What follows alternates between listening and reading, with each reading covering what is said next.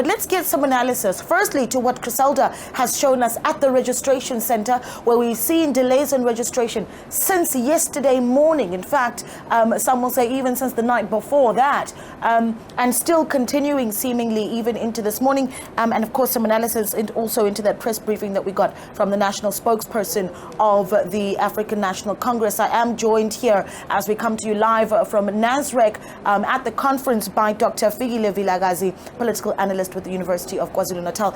Good morning to you. Thank you. Afternoon, rather. It's been quite a long morning. It's already afternoon. What do you make of what you're hearing from Criselda? I mean, there certainly is something to be said about the fact that she's spoken to delegates, one of them saying, allegedly, that Sipho Muka, one of the critical leadership of the ANC in KwaZulu-Natal, allegedly still also not having been registered. And of course, that's something we need to confirm. But that's what we're hearing from one of the delegates from KwaZulu-Natal, who says that he has not been registered and there are delays. This particular delegate saying they're the branch chairperson in Newcastle, another delegate from the Free State. Am I being presumptuous to look at the particular provinces here that seem to be affected? Good afternoon, Naledi. Good afternoon to viewers at home. It's shocking, right? It is shocking. It's disturbing, actually, to watch what is happening at the registration place. I mean, you can't have critical bodies like Hlomuga still not being inside, and processes are going on. You know, I mean, many of us were thinking perhaps that the conference has not even started because you have delegates that are still battling, right, for accreditation and to come into conference. How do you even proceed with deliberations on important matters like conference resolutions, policy issues that are supposed to be adopted here, the political report that was presented by the president last night with delegates that are so important that are still standing outside? So it is shocking, also at the same time not surprising, because it could be seen as an act of sabotage, right? An act of sabotage of a voter.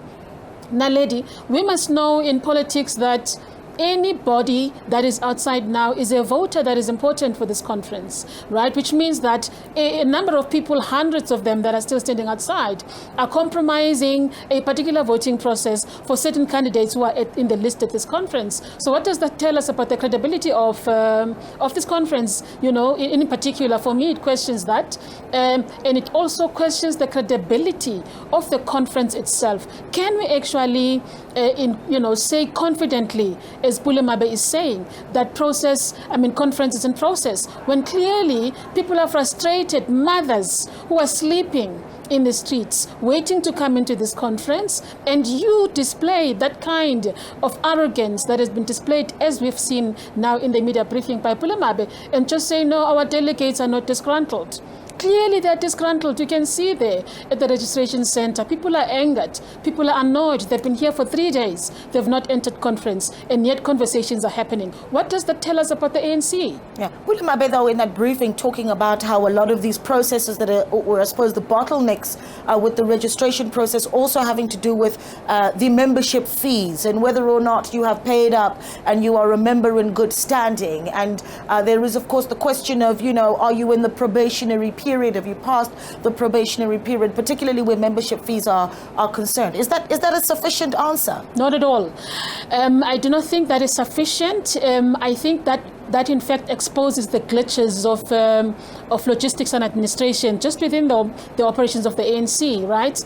Previously, you would have known, Naledi, that these kinds of processes were handled by provinces. And delegates are saying here, why didn't you leave the provinces to actually manage the process of registration so that it's easier by the time you come here? Be that as it may, right? It also exposes the fact that you cannot, as an organization that has got the status of the African National Congress, have a body of one person hold the logistical and administrative responsibilities like Paul Mashatile is doing.